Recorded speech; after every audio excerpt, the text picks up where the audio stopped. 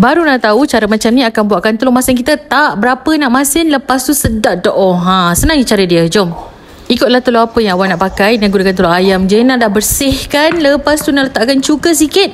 Lepas tu nak terus tuangkan air. Dan nak rendam lebih kurang dalam 2 ke 3 minit. Sampailah kulit luar dia menggelupas macam ni. Lepas tu dia nak buat dekat semua telur. Dan dia nak cuci bersih lagi. Kan dah settle macam ni. Lepas tu nak lumurkan dengan garam. Ni nak letak.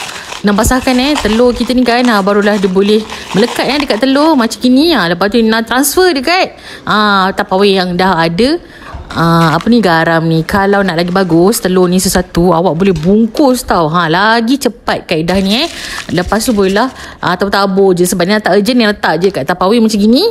Lepas tu teruslah nak perap lebih kurang dalam 6 hari ke 7 hari. Settle 6 hari. Lepas tu ni nak ambil. Terus ni nak buka. Ini Tupperware ni nak tak pernah buka tu selama 6 hari. Nak biar je gitu Lepas tu kita cuci bersih macam gini.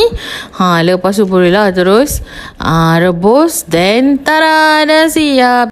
Kalau awak nak tahu telur masin ni jadi ketak, seluruh bahagian telur kuning tu akan jadi warna oren tau keseluruhannya. Maka dia jadilah macam tu sebenarnya tak sabar nak makan. Jadi nak rebus lah hari ni, nak makan dengan asam pedas.